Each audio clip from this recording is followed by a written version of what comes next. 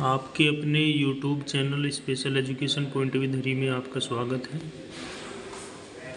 हम आज जो टॉपिक है हमारा fundamental of speech and speech teaching में 1.4 में स्पीच एंड ओवरलेड फंक्शन के बारे में बात करेंगे। स्पीच एंड ओवरलेड फंक्शन के बारे में बात करेंगे, जिसमें जो हमारी उसके इंट्रोडक्शन के बारे में कह रहे हैं कि जो सैपियर हैं उनके अनुसार अगर हम बात करें तो 1921 में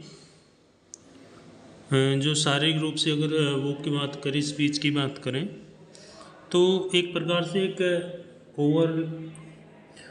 ओवरलेड फंक्शन है। स्पीच क्या है? एक ओवरलेड फंक्शन है।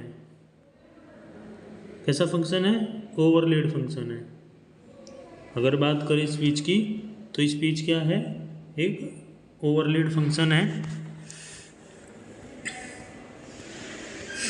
इसमें क्या होता है, इसमें अगर हम इसकी सटीकता में जाए, इसके डीपली जाएं तो इसमें ओवरलेड फंक्शन का एक समूह होता है। मतलब एक प्रकार से क्या होता है, एक ग्रुप होता है जिसमें एक प्रकार से जो हमारी तंत्रिकाएं हैं, जो हमारी मांसपेशियां हैं, वो अंगों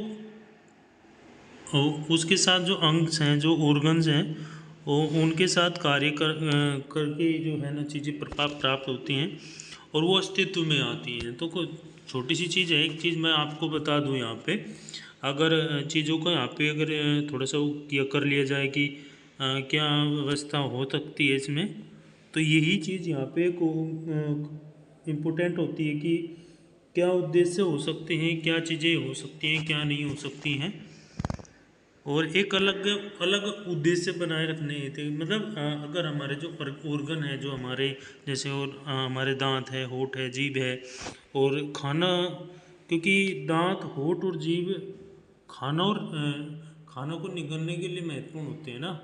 और भाई दांत जो होते हैं हमारे चबाने का काम करते हैं, होठों का भी हमारा काम होता है, जीभ का भी हमारा काम होता है ना।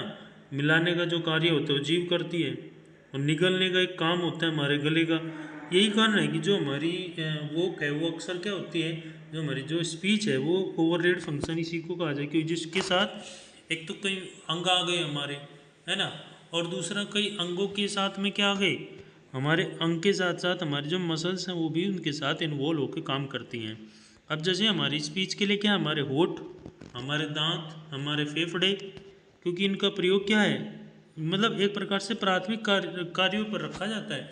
मतलब ये नहीं है तो हमारा क्या है, स्पीच नहीं कर पाते हैं।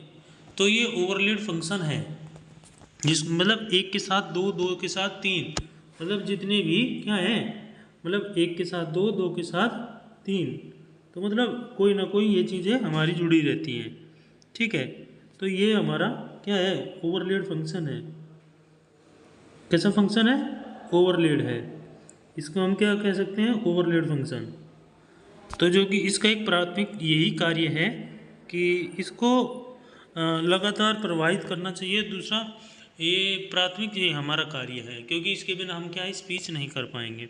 अगर हम बात करें वोक उत्पादन में, स्पीच में जो फेफड़े हैं वो क्या भूमिका करते हैं, क्या रोल है उनका? ठीक है, स्पीच वोक के लिए मतलब फेफड़ों की भूमिका क्या है, जो क्योंकि फेफड़े एक प्रकार से श्वसन का हमारे कार्य करते हैं, सांस लेने में लिए हमारे लिए उपयोगी है, तो वो सांस लेने में भूमिका निभाते हैं हमारे। ठीक है, दूसरा कार्य इसका इनका दूसरा कार्य क्या है? प्रथम कार्य तो पहला तो कार्य इसमें हो गया सांस लेना, और दूसरा जो कार्य है वो क्या है, वायु प्रवाह को क्या करना, वायु प्रवाह को एक प्रकार से वायु प्रवाह को प्रदान करना, है ना। क्योंकि इस पे हम कोई चीज़ बता रहे हैं, बोल रहे हैं, क्या कर रहे हैं, वो चीज़ें आगे जा रही हैं। आगे किस आधार से जा रही हैं? क्योंकि वायु प्रवाह के कारण। क्योंकि गति क्या है, सीधी सी बात ये पे यहाँ पे एक आ जाती है कि गति क्या है, क्योंकि हमारा जो दूसरा कार्य यहाँ पे है वायु प्रवाह, मतलब आवाज़ जो है हमारी, जो स्पीच है, जो हम बोल रहे हैं, जो हम कह रहे हैं, वो सामने वाले तक किस आधार से जा रही है, वो वायु प्रवाह के तौर पर वो पहुँच रही है। जब हम बोलते हैं या फिर अगर हम कहें कि, क्योंकि जब हवा जो होती है, जो एयर जो होती है, पर वायु जो होती है, वो जब फेफड़ों से बाहर निकलेगी और स्वर रज्जुओं से मिलकर होकर के गुजरेगी, तो तो ध्वनि उत्पन्न करने के लिए कंपन करती है। सीधी सी बात है, ज़्यादा बड़ी बात नहीं है।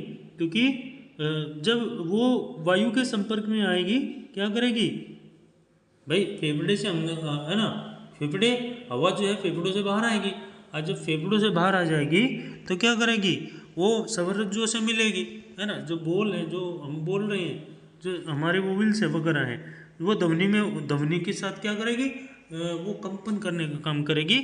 और वो के फेफड़ों के नीचे की गुंबद आकार की मांसपेशी हवा के साथ क्या करेगी, नियंत्रित करने के लिए सिकुड़ेगी। और मतलब वो सिकुड़ती भी रहती है और आराम भी करती रहती है, ठीक है। तो फेफड़े हमारे क्या है, एक स्पीच के लिए बहुत ही अच्छा मेथड का काम करते हैं। क्योंकि बिना फेफड़ों के या बिना फेफड़ों श्वसन क्रिया के हम किसी भी तरह की कोई भी आवाज़ को आगे तक भेजने का कार्य नहीं कर सकती। तो एक शक्ति स्रोत के रूप में भी कार्य करते हैं। क्या कहीं के एक शक्ति स्रोत के रूप में भी, एक पावर के तहत, एक एनर्जी के तहत भी ये कार्य करते हैं। मतलब एनर्जी बोलने के लिए क्या है, सांस भी जरूरी है, ठीक है। बोलने के लिए आवश्यक क्या है, सांस भी जरूरी है। अब यहाँ पे अगर हम बात करें स्पीच के लिए स्वर यंत्र का महत्व क्या है, ठीक है। स्पीच के लिए क्या है, स्वर यंत्र का महत्व क्या है। अब स्वर यंत्र मतलब एक प्राथमिक वोल के रूप में कार्य करता है, ठीक है। क्या है, स्वर यंत्र क्या करता है, एक प्राथमिक रोल के रूप में कार्य करता है। किसके रूप में, एक प्राथमिक रोल के रूप में कार्य करता है, वोल के रूप में कार्य करता है। जो क्यों करता है, क्योंकि वायु मार्ग की रक्षा करना है, ठीक है। वायु मार्ग की क्या करना है, रक्षा करना है। मतलब बीच में कोई मतलब कटे ना, या फिर कोई चीज़ आधी अधूरी ना पहुँचे, ठीक है। स्वर यंत्र क्या है, एक सुरक्षात्मक तंत्र होता है, ठीक है, जो सिक्योरिटी देने का काम करता है। अब दूसरी इसमें एक चीज़ और आ जाती है, जो भोजन और तरल पदार्थों को क्या करता है, फेफड़ों में प्रवेश करने से रोकना, और निगलने के में क्या करता है, निगलने के दौरान वायु मार्ग को बंद कर देता है। मतलब जब कोई चीज़ हम निगल रहे होते हैं तब उस दौरान ये क्या करते हैं, उस दौरान वायु मार्ग को ये बंद कर देते हैं, जिससे कि वो टकराए ना आगे जाके, और ना ही टकराए, ना ही हमें जो है किसी प्रकार का कोई नुकसान पहुँचे। इसको एक वॉइस बॉक्स के रूप में, तो एक श्वास नली के ऊपर स्थित होता है, ठीक है। इसके ऊपर जो सांस नली होती है हमारी, उसके ठीक ऊपर स्थित होता है, ठीक है। अगर यहाँ पे बात करें तो ये एक श्वास नली के ऊपर ये ऊपर स्थित होता है। छोटी सी बात है, ज़्यादा बड़ी बात नहीं है। तो इसमें स्वररज्जु होते हैं, ठीक है, जो क्या करते हैं, हमारे बोलने के दौरान हमारी ध्वनि को उत्पन्न करने के लिए जिम्मेदार होते हैं। क्योंकि रेस्पॉन्सिबिलिटी क्या है इनकी रेस्पॉन्सिबिलिटी है, जो ध्वनि है उसको आगे तक भेजने का जो कार्य करते हैं, उत्पन्न करने का जो कार्य करेंगे, वो ये करेंगे। अब यहाँ पे अगर हम बात करें सबसे एक तालु के रूप में अगर हम बात करें और एक प्राथमिक कार्य के रूप में बात करें, तो सीधी सी बात है, जो मुंह है, मुंह को और नाक से अलग करना है। किससे, मतलब बहुत बार क्या होता है, नाक में बोल देते हैं, है ना। क्यों बोलते हैं, क्योंकि हम उसको अटैच नहीं करना है, मुंह को और नाक को अलग करके लेके चलना है। तो वॉक के दौरान क्या करना है, उसके एक महत्वपूर्ण निभाता है कि हवा मौखिक, ठीक है ना, मुंह से या नाक की गुहा से निर्देशित होती है। किसकी, मुंह से और नाक से, दोनों तरफ से आपको। अब जैसे हमने मुंह बंद कर लिया और नाक से क्या कर सकते हैं, श्वसन क्रिया प्रारंभ, मतलब मुंह से भी और सांस ले रहे हैं और नाक से भी सांस लेते हैं, ठीक है। तो अगर हम दोनों को यूज करते हैं तो वहाँ पे हमारी जो स्वर यंत्र है वो वहाँ पे गड़बड़ा जाती है, ठीक है। सीधी सी बात है, केवल मुंह के माध्यम से हमें निर्देशित करना है। हवा का प्रवाह किससे करना है, फिर मुंह के माध्यम से। अब अगर हम यहाँ पर वाणी निर्माण में जीभ का योगदान क्या है, ठीक है, अगर हम यहाँ पे बात करें छोटी सी कि वाणी के प्रवाह के लिए जीभ का क्या योगदान है, ठीक है, जीभ का भी यहाँ पे योगदान होना चाहिए। तो जीभ क्या करती है, जीभ खाना खाने के लिए, बोलने के लिए, मौखिक स्वच्छता बनाए रखने के लिए, मौखिक कार्य यानी एक प्राथमिक भूमिका निभाती है, ठीक है। खाना पीना बोलना, ये चीज़ें जो हैं वो ये हमारी जीभ करती है। तो और मौखिक एक वार्तालाप करने के लिए भी ये जरूरी होती है। जीभ क्या है, एक बहुमुखी अंग है ना, जिसके जो एक साथ 2 काम 3 काम 4 काम करती है। एक ऐसा ऑर्गन है जो एक के साथ 2 काम 3 काम 4, यानी बहुमुखी, है ना, एक से अधिक। अब सीधी सी बात है कि वो ध्वनियों को आकार देने में सहायता करती है। क्या करती है? उसको एक आकार देना है, ठीक है, लय देनी है, तो जीभ हमारी आवश्यक है। यह क्या करती है? एक मतलब स्वर और व्यंजन को व्यक्त करने के लिए जिम्मेदार है। सीधी सी बात यही है कि जो जो इसकी रेस्पॉन्सिबिलिटी है वो क्या है? वो एक स्वर और व्यंजन को व्यक्त करने के लिए क्या है? जिम्मेदार है। जीभ की नोक, ब्लेड और पिछला, ठीक है, हिस्सा सभी अलग अलग ध्वनि में निर्माण सामक, ठीक है, मतलब एक प्रकार से क्या, जो जैसे भी आप वॉइस निकालेंगे, जैसे भी आप कम निकाल रहे हैं, ज़्यादा निकाल रहे हैं, अत्यधिक मात्रा में ज़्यादा वो कर रहे हैं, तो ये वहाँ पे एक हिस्से के रूप में काम करती हैं, क्योंकि जीभ का आकार, स्थान और गति क्या है? एक ध्वनि को एक विस्तृत श्रृंखला उत्पन्न करते हैं। मतलब एक अधिक भी बढ़ाने का काम कर सकते हैं और कम भी करने का काम कर सकते हैं, ठीक है। दांत वाणी की ध्वनि को कैसे प्रभावित करेंगे? क्योंकि साउंड को कैसे वो प्रभावित करेंगे दांत, ठीक है ना। दांत का रोल क्या है? अब ये कह रहे हैं कि दांत का जो कार्य है वो होता है काटने का, ठीक है ना, काटने का, चबाने का, ठीक है। दांत यही तो करते हैं कि काटना और चबाना, ठीक है। अब यहाँ पे देखिए, यहाँ पे क्या है? दांत वायु प्रभाव को प्रभावित करेंगे और कुछ ध्वनियों को क्या करेंगे? उत्पन्न करेंगे, क्योंकि वायु प्रभाव क्या करेंगे? इफेक्टिव करेगा, काम करेंगे, और कुछ ध्वनियों को उत्पन्न करने का काम करेंगे, ठीक है। अब यहाँ पे ये भी इनकी मतलब जो ऊपर के दांत है और निचले दांत है वो क्या, मतलब जो हमारे एस वर्ड्स वगैरह हैं, जेड वगैरह हैं, जैसी ध्वनियों को क्या करेंगे? एक चिन्ह के रूप में, कार्य के रूप में काम करने का काम करेंगे, क्योंकि जीभ क्या है? जीभ विशिष्ट ध्वनियों को उत्पन्न करने के साथ साथ दांतों के साथ संपर्क करती है। जब कोई भी एक ऐसी विशिष्ट ध्वनि उत्पन्न करनी होगी, वो क्या करेगी? वो दांतों के साथ संपर्क करेगी, दांतों के साथ कांटेक्ट करके किसी ध्वनि को निर्मित करने का, जो एक विशिष्ट ध्वनि है उसको निर्मित करने का काम करेगी।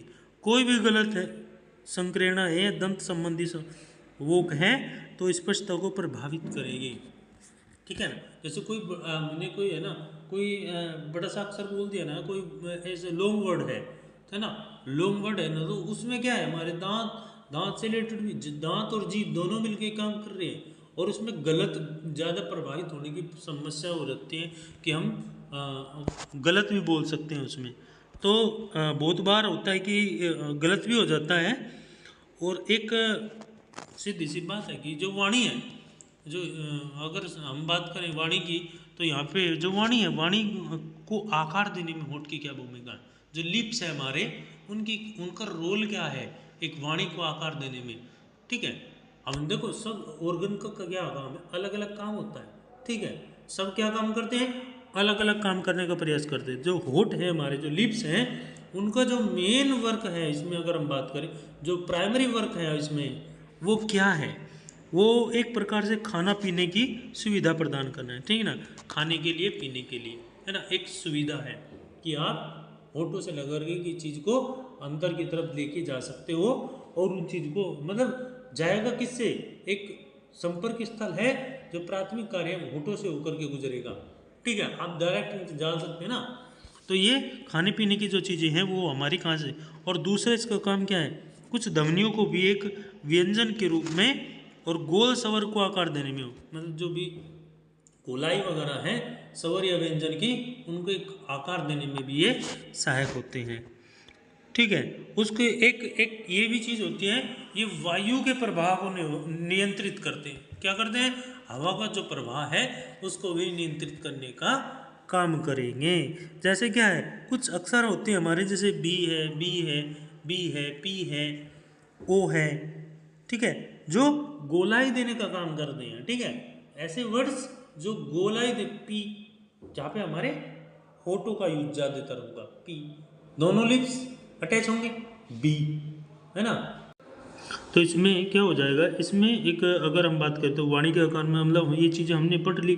अब नेक्स्ट इसमें अगर हम बात करें सैपिर के अनुसार 1921 में, तो इस ओवररेड फंक्शन के बारे में पूरी बात अगर हम करें तो यहाँ पे 3 खंडों में इस चीज़ को बताया गया है। उप प्रणाली के रूप में बताया गया है, जैविक कार्य के रूप में बताया गया है, और भाषा कार्य के रूप में। मतलब जो हमारे जो ऑर्गन है वो एक बायोलॉजिकल वर्क क्या है और एक लैंग्वेज वर्क क्या है, ठीक है।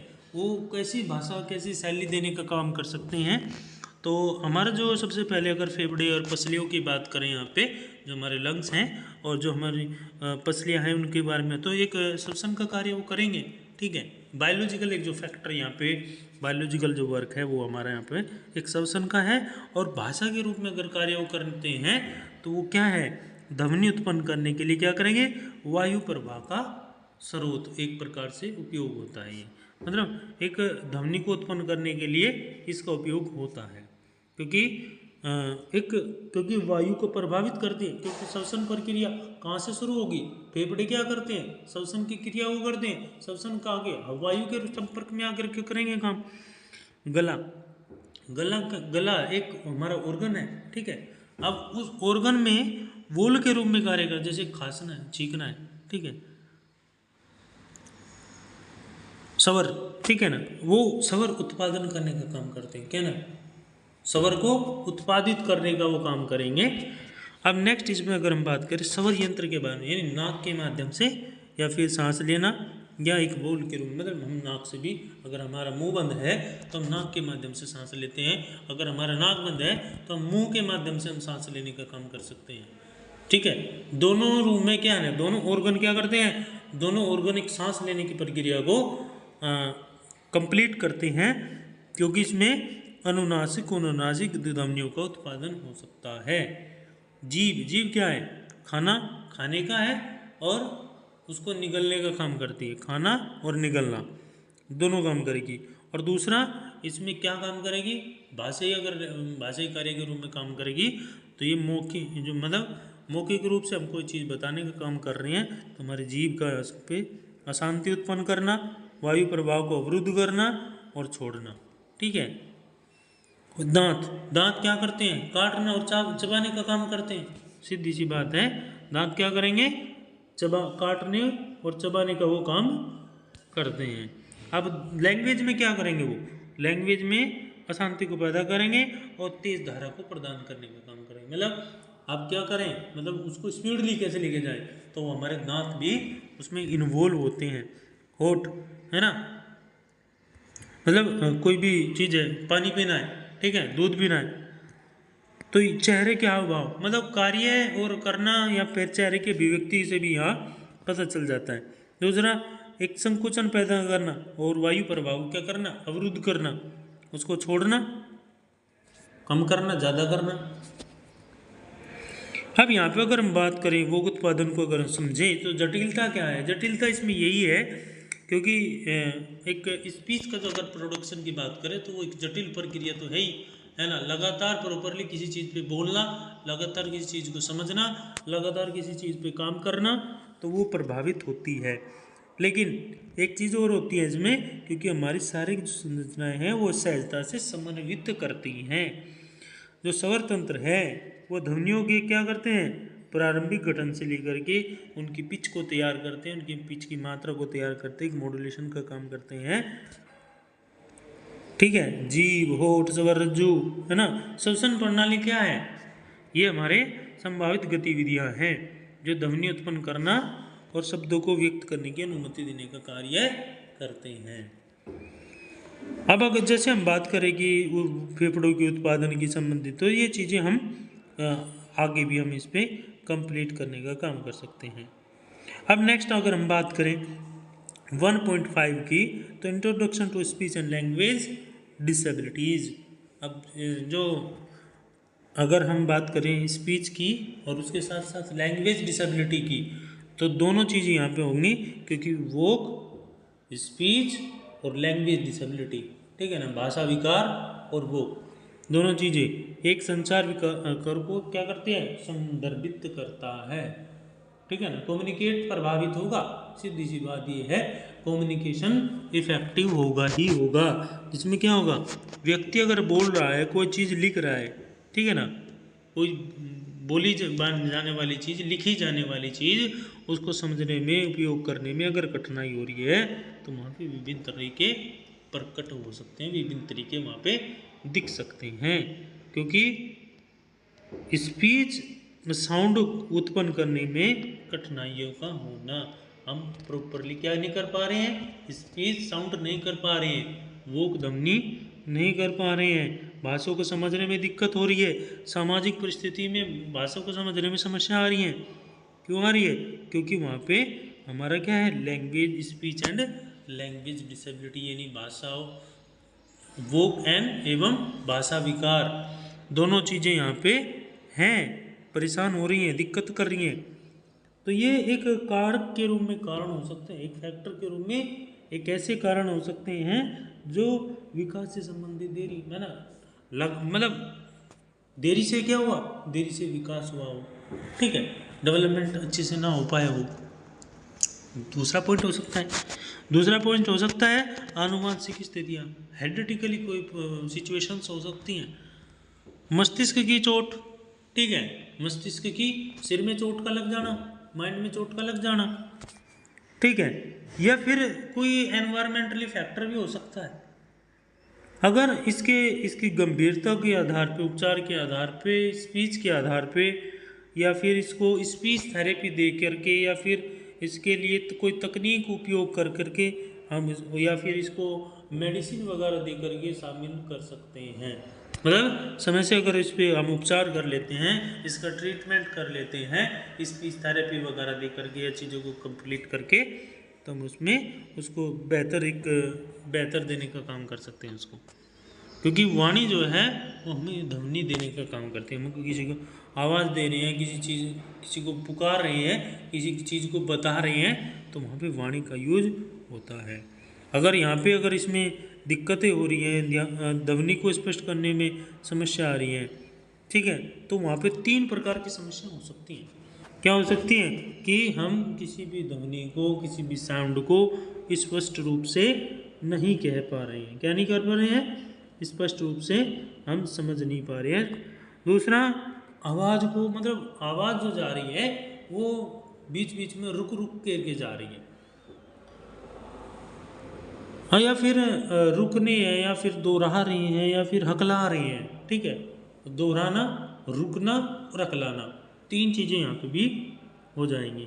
इसमें आप देख सकते हैं कि बोलते संबंधी क्या है, वो हमारी आवाज़ का रुकना, दोहराना या हकलाना, ठीक है ना, क्योंकि लैंग्वेज क्या है, लैंग्वेज शब्दों के रूप में आएगी, और अपने विचार को, अपने थॉट्स को हम आगे बढ़ाने का काम कर सकते हैं, ठीक है।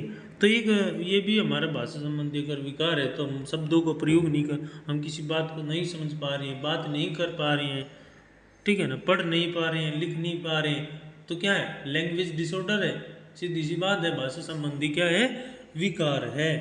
तो मतलब यहाँ पे 2 फैक्टर सामने, तीन फैक्टर सामने आ रहे हैं, ठीक है, 3 फैक्टर समझना, उसके साथ साथ बातचीत करना, पढ़ना और लिखना, ठीक है ना, यहाँ पे ये जो फैक्टर सामने आते हैं, ये हमारे भाषा संबंधी विकार से संबंधित होते हैं। मतलब एक प्रकार से स्पीच एंड लैंग्वेज डिसऑर्डर के तौर पे हम अगर इसको आगे ले जाने का काम करें, तो ये चीज़ें आमने सामने निकल के आती हैं। अगर यहाँ पे बात करें RPWD एक्ट की, तो इसमें 2016 में RPWD एक्ट एक अधिनियम बना है, जो एक भारतीय कानून और के लिए के तौर पे इसको आगे बढ़ाया गया है, जो स्पीच एंड लैंग्वेज डिसेबिलिटी से रिलेटेड है। इसको ये कहते हैं कि अगर किसी प्रकार की ऐसी स्थिति उत्पन्न होती है, ठीक है, जो एक स्थायी दिव्यांगता के रूप में, बायोलॉजिकल जैविकता के रूप में, या तंत्रिका से संबंधित कारणों से अगर वाणी प्रभावित हो रही है ना, न्यूरोलॉजिकल अगर सिस्टम अनबैलेंस्ड हो रहा है, या भाषा के रूप में, या कोई ऐसा इफेक्टिव, या कोई हकला रहा है, कोई आवाज़, कोई स्पीच साउंड डिक्रीजेबल हो रहा है, तो वहाँ पे डिसऑर्डर हो रहा है, या फिर स्पीच एंड डिसऑर्डर हो रहा है, तो ये इन बच्चों को, इन व्यक्तियों को मान्यता देता है किसकी, डिसेबिलिटी की। हाँ, ये डिसेबिलिटी है, इनके लिए क्या सुझाव, क्या व्यवस्थाएं की जाए, तो इस जो अधिकार दिए गए हैं उनकी रक्षा करना है, ठीक है, कौन किसकी रक्षा करना है, जो स्पीच एंड लैंग्वेज डिसऑर्डर से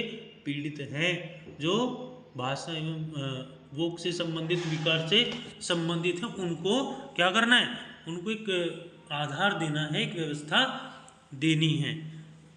क्यों व्यवस्था देनी है? क्योंकि उनके लिए अधिकार और अधिनियम दोनों चीज़ें बनाई गई हैं, ठीक है।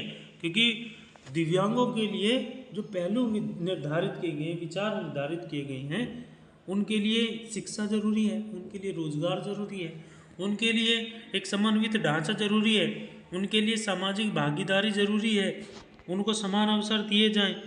क्योंकि ऐसा ना हो कि भाषा विकार से संबंधित अगर वो समस्याएं से पीड़ित हैं और उनको सब चीज़ों से वंचित कर दिया जाए, तो ये नहीं होना चाहिए, ठीक है। तो उनके लिए क्या है, उनके लिए सारी चीज़ें उपलब्ध होनी चाहिए। क्यों होनी चाहिए? क्योंकि उनके लिए एक बेहतरी का जो कार्य है वो होना चाहिए।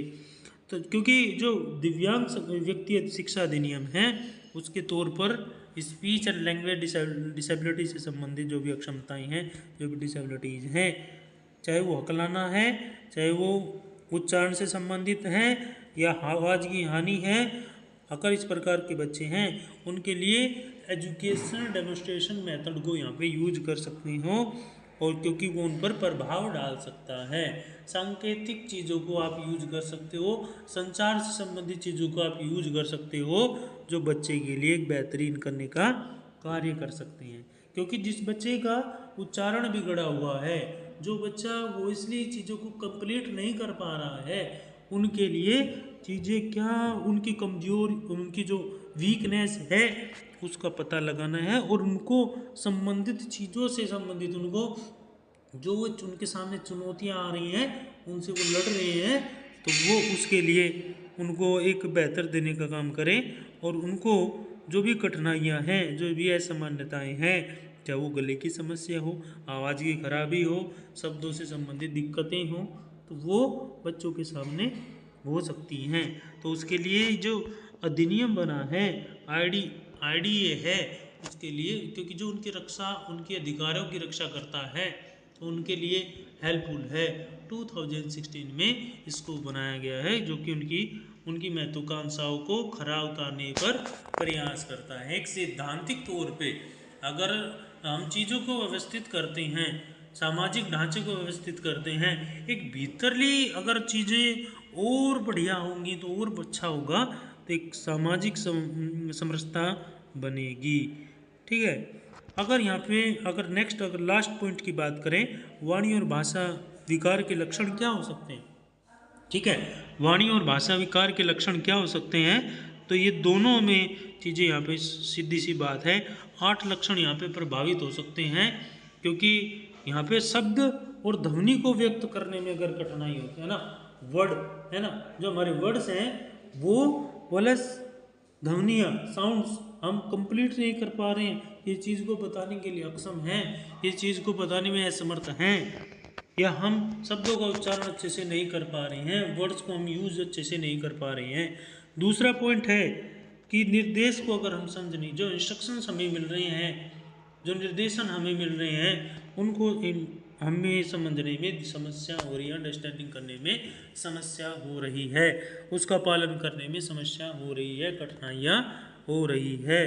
हमारी सीमित शब्दावली है, कम शब्द हैं, कम शब्द, हम ज़्यादा शब्द कैसे बनाएं, रुक रुक के बोल रहे हैं, अगला के बोल रहे हैं, तो वो चीज़ें यहाँ पे एक ढांचे के रूप में व्यवस्थित नहीं होंगी, ठीक है, जो बच्चे के सामने एक परेशानी का कारण बनेगी।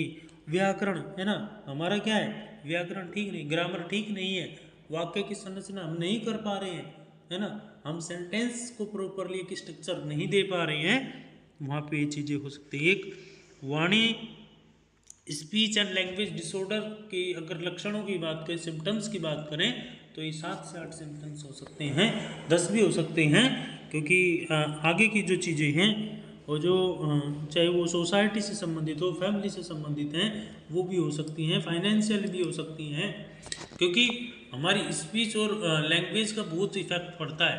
क्योंकि ये जो सिम्टम्स दिए गए हैं, जो हमारी अस्पष्टता को प्रभावित करते, धीमी गति को प्रभावित करने में कठिन गति, मतलब जो हमारी बोलने की गति है उसको इफेक्टिव करते, सामने वाला क्या होता है, सामने वाला हावी हो जाता है। ठीक है ना। मतलब हम सोसाइटी कम्युनिकेशन नहीं कर पा रहे, सोशल कम्युनिकेशन हम नहीं कर पा रहे हैं, समस्या कहाँ है। ठीक है ना, दूसरों के साथ बातचीत नहीं कर पा रहे, 2 मिनट हम बोल रहे हैं लेकिन हम अपने शब्द उच्चारित नहीं कर पा रहे हैं, अपने शब्दों को नहीं कह पा रहे हैं, समस्याएं आ रही हैं, हकला रहे हैं। तो ये सारी क्या है, ये प्रॉब्लम्स हैं, ये कठिनाइयाँ सामने निकल के आती हैं। ठीक है, अब ये जो चीज़ें यहाँ पे आती हैं तो इसमें 2-3 चीज़ें यहाँ पे क्लियर हो जाएंगी। और नेक्स्ट अगर हम नेक्स्ट वीडियो में जो चीज़ें हम देंगे 1.5 या फिर 2.1 जो हमारी सेकंड यूनिट चलेगी, उसमें हम सारी चीज़ों को इनको कंप्लीट करेंगे। और आगे की वीडियो के लिए बने रहिए और अपने चैनल को लाइक सब्सक्राइब और चैनल को शेयर ज़्यादा से ज़्यादा करें, जिससे कि जो स्पेशल एजुकेशन से रिलेटेड छात्र छात्राएँ हैं उन तक ये वीडियो पहुंच सके और वो अपना कार्य वो समय रहते अपना कंप्लीट वो कर सकें। ठीक है।